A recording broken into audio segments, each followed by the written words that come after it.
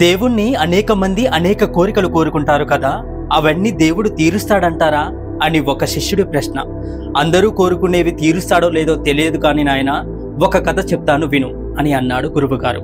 ఆ కథ ఏమిటంటే, ఒకానొకప్పుడు ఒక ఋషి ఆయన శిష్యుడు వారి ఆశ్రమానికి వెళుతున్నారు. మార్గం మధ్యలో ఆ ఋషి ఒక మహావృక్షం ముందు ఆగి ప్రసన్నంగా నవ్వుతూ తదాస్తు అని అన్నాడు. గురువుగారి చర్యకు కారణమేంటి అని అడిగాడు శిష్యుడు. ఆ మహావృక్షం తన కోరికను పక్కనే ఉన్న మరొక వృక్షానికి చెప్తుంటే అది నాకు వినబడింది నాయన, అందుకే తదాస్తు అని అన్నాను అన్నాడు గురువుగారు. ఏమిటా కోరిక గురువుగారు అన్నాడు శిష్యుడు. ఆ మహావృక్షం చక్రవర్తి అయి ఈ భూమండలాన్ని ఏలాలని అనుకుంటుంది నాయన అన్నాడు గురువుగారు. ఏది, వచ్చే జన్మలోనా గురువుగారు అన్నాడు శిష్యుడు. కాదు నాయన, ఈ జన్మలోనే అన్నాడు గురువుగారు.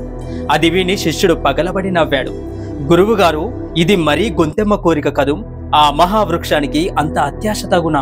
అర్హత చూసుకోవాల్సిన పనే లేదా గురువుగారు అన్నాడు శిష్యుడు. అర్హతకేం నాయన, జీవితం అంతా ఎన్నో ఫలాలనిచ్చింది, ఎన్నో జీవరాశులకు ఆశ్రయాన్ని ఇచ్చింది, ఇదంతా పుణ్యమే కదా. అవుననుకోండి, కానీ గురువుగారు, చెట్టు చక్రవర్తి ఎలా అవుతుంది? ఏమో, భగవంతుడు సంకల్పిస్తే ఏమైనా కావచ్చు నాయన అన్నాడు గురువుగారు.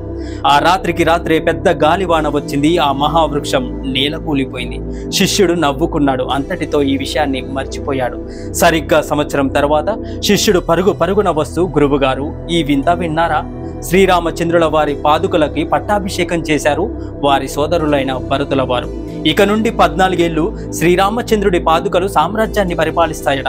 అది వినగానే గురువుగారు నవ్వి, చెట్టు చక్రవర్తి ఎలా అవుతుంది అని అన్నావు కదా నాయన? అయినది కదా అంటే గురువుగారు, అవునాయన, ఆ మహావృక్షం కల్పంతోనే వడ్రంగులు పాదుకలను తయారు చేశారు. ఆ పాదుకలనే శ్రీరామచంద్రుల వారికి సమర్పించారు.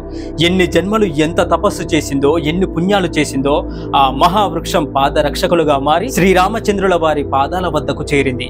శ్రీరామచంద్రుల వారు ఆ పాదుకల్ని భరతుల వారికి ఇవ్వడము, భరతుల వారు ఆ పాదుకలకి పట్టాభిషేకం చేయడం జరిగాయి.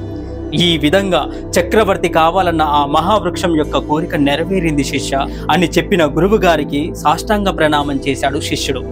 భగవంతుడి లీలలు మనకి అర్థం కావు, అందుకే అంటారు సంకల్పం బలంగా ఉండాలి, అప్పుడు భగవంతుడి సహకారం కూడా తప్పకుండా ఉంటుంది.